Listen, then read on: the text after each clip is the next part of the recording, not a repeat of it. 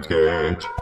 And as I promised, I wanted to get to these fur grass brushes. So we talked about this in the previous video about how to create these basic things. Now we're just going to be going through the settings and then how you can use these brushes.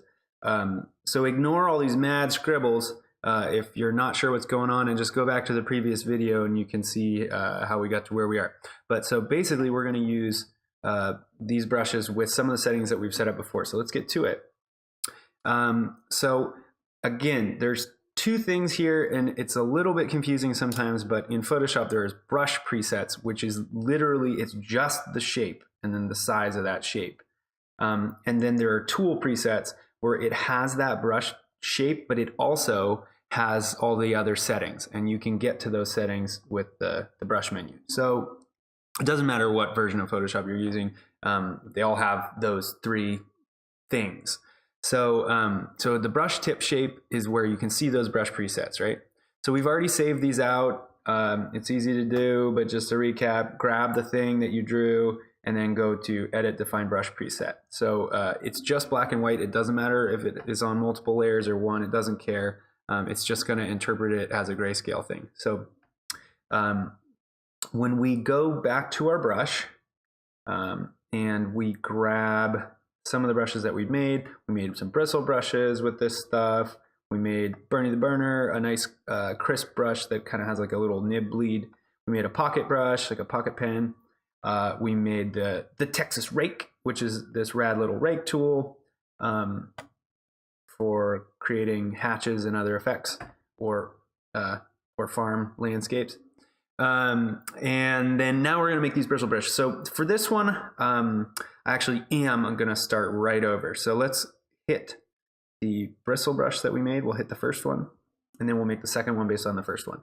So let's clear this out. Let's get a new canvas to work on. So you can see right with the default settings, it looks like garbage because the Photoshop default settings are terrible. So go to brush tip shape, take a look at the spacing. Obviously it's way too big. We're going to want it, in this case though, not to be like our other brushes. So with our other brushes, we're trying to create a beautiful line, but this is actually a hairbrush or a fur brush. So it is a scatter brush. We don't want to do that. We actually want this to be spaced out. We don't know how much yet, so I'm just going to space it out big.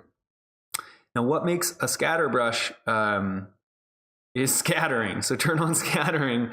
And in this case, the way that scatter works is scatter in one axis with this unchecked is going to push it out in the width, essentially, of the stroke that you're making. So I'm going from left to right. It's going to push it out up and down. I actually want to do both axes, which is going to clump it up more. So it's going to push up and down, but also left, right. So you get these funky clumps. We want that. We want as much variety as possible. So we're going to scatter in clumps. We're going to scatter in both axes, and we're starting to get a little bit of what we want, but we're not getting enough of what we want, and here's why. We need to think about how we're going to get like different angles. So I drew a couple angles so we can get some sort of variety in these strokes in the original stamp, right? But I also want to stamp this around at various angles. So I'm going to turn the angle jitter up. I don't want it to be all the way up because fur, it does have a direction, so you don't want it to just like appear upside down. I just want to put it like, you know, like 10%, 10 to 15 or whatever, just so that when we're drawing it, we get some up and down variety, some left and right variety, and then some twisting angles back and forth, right? Okay, so far so good. I'm going to bring this brush size down a little bit just so we can start to see what's actually happening. So that's okay.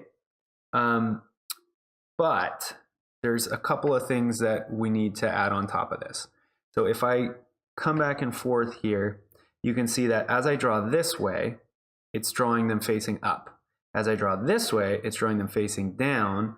And so when I go like back and forth like this, I just get a mess. That's kind of okay for like cross hatching, but for hair, it's no good because the hair's got to always face a direction.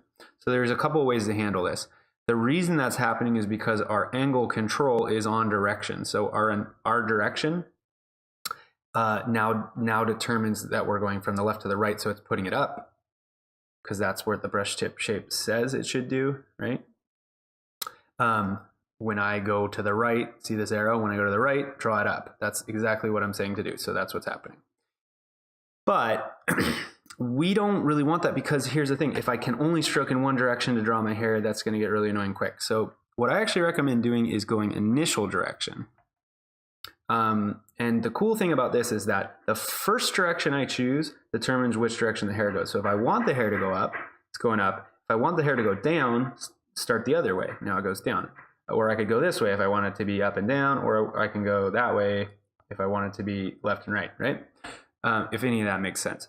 The point is that it's only the initial direction. So when I go from left to right, it's up now, but now it's locked as up. So as long as I don't lift my brush off the screen, when I keep drawing, I can go back and forth all I want, and it's still going to keep the same directionality. So that's actually very useful. So I recommend doing that initial direction for this. For instance, if I want the fur to be clumping down, then I draw from right to left first, and then because that's first, as long as I don't take it off, it maintains that directionality. So that's really cool, because I can very quickly make the strokes that I want to make, and I don't have to worry about it about scribbling, as long as I get the right direction that I want first. But I can actually see that there's a little bit too much angle going on here. There's too much variance, so I'm going to turn the jitter down to like less. to like less. All right. So I want to get some more variety in these strokes. So if you look at the preview panel here, we're getting the angle, we're getting the spacing. Cool. Now the next thing is we need to screw with the length. So I want some of these hairs to be longer than the other ones. So I'm going to deal with roundness.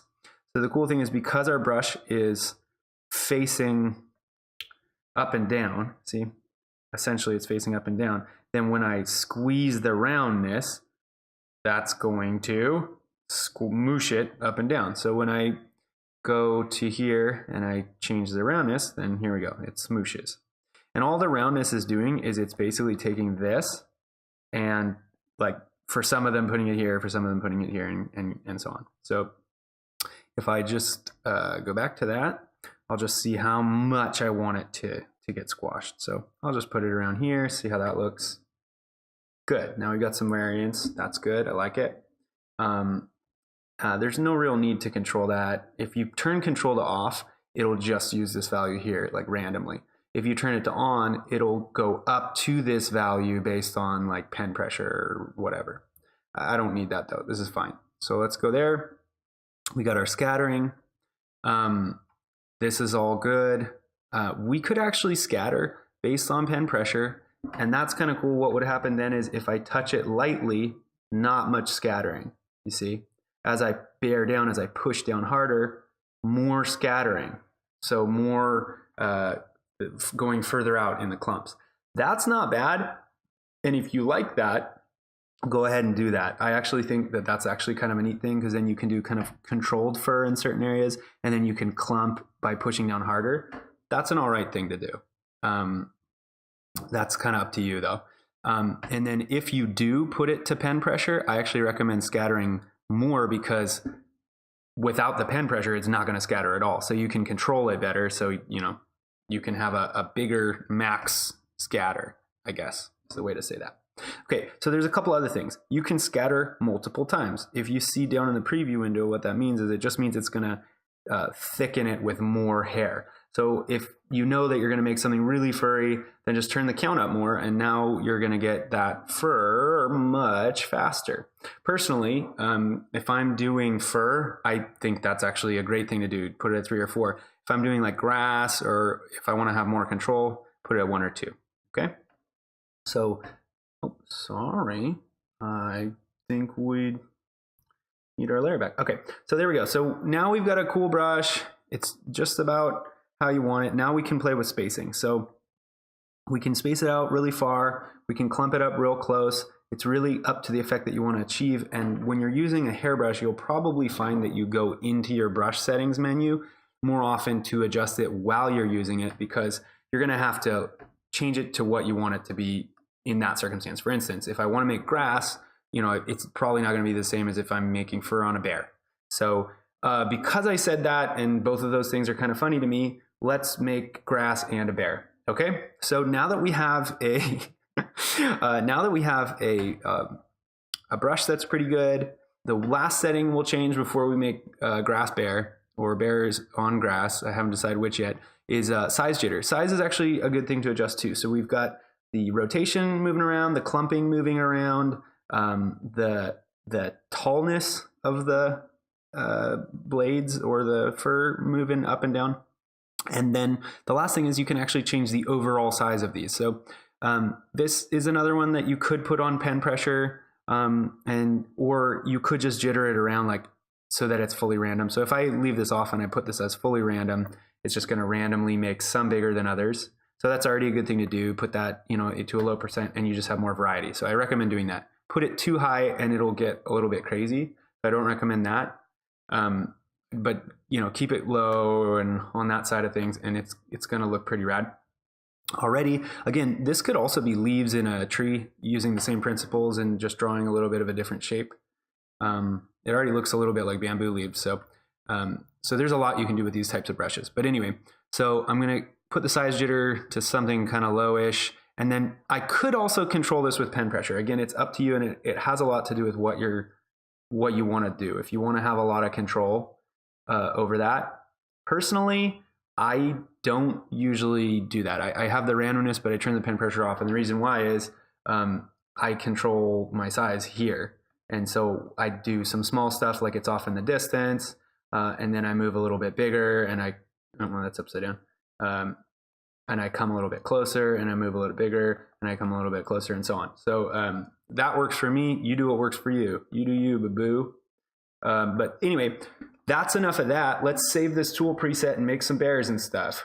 So let's go to new tool preset. This is going to be yamsketch, and this is going to be a fur brush number 1. So let's call this one Furby. And then immediately based off of this one, remember we made another brush tip which was based on that, just a different tip shape. So since we've already got all these settings, just with that tool preset selected, change the brush tip shape to our new brush. And then what does that do for us? That creates a new variety of blade or grass. And then again, we leave all those settings. You can see that we don't have to reset everything. So again, I really recommend don't use the brush preset menu. Once you have some basic tool presets that you like, just click on that and then change the brush tip shape here in the brush palette. It'll just save you a lot of time. So for this one, I like how it looks, but I can already tell you that it's too dense. So for this particular brush, I'm just gonna change the scattering to have count of 1 and the brush tip shape to have a little bit more spacing. So let's see if we can get this how we want it. I like that all right. Also, I think the angle on this one's a little weird, so I'm just going to adjust it. That was probably my fault just when I drew it. I mean, it's not my fault. There's nothing wrong with it. It's just got a little angle on it. All right, so remember, we're using initial direction for the angle, which means that if I draw from left to right, it is going to draw this up and down shape. If I draw from right to left, it's going to draw that same shape but upside down. If I draw up and down or down and up, it's going to do the left and the right. So if you're confused by that and something works better for you, you can always rotate this. So for instance, if I rotate this to up, then drawing left to right actually draws left to right. And if I draw up and down, it actually draws up and down. That doesn't work that well for me because when I want to draw fur across a surface, I want the fur to stick up. I want it to be perpendicular to the surface. So I would have to draw like in a lot of strokes this way. So that's why I like to leave it here. And if that doesn't make sense to you, leave me an angry comment. All right, so here is a good little fur brush. I can do a lot with, so I like that one. I'm going to leave the settings now how they are. I want to bring up one thing which I didn't bring up before. The tool presets, again, not the brush tip thing, but the tool presets also save all these settings up here. They save the opacity and flow and stuff like that. If you're wondering why these are kind of gray, it's because my flow is at 25%. So if you want these to be hearty bam, bam, bam, bam, bams,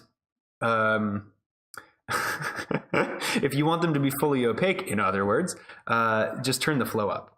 And if you don't, if you want them to be kind of feathery, then turn the flow down. So I'm going to leave this in the middle when I save this next tool preset, which we already made a Furby. So sorry, that one got used up, but this is still a fur brush. So let's call this, well,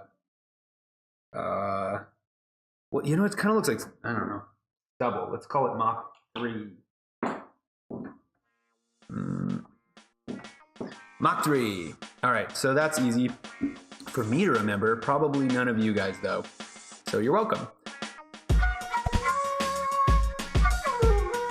Yamsketch.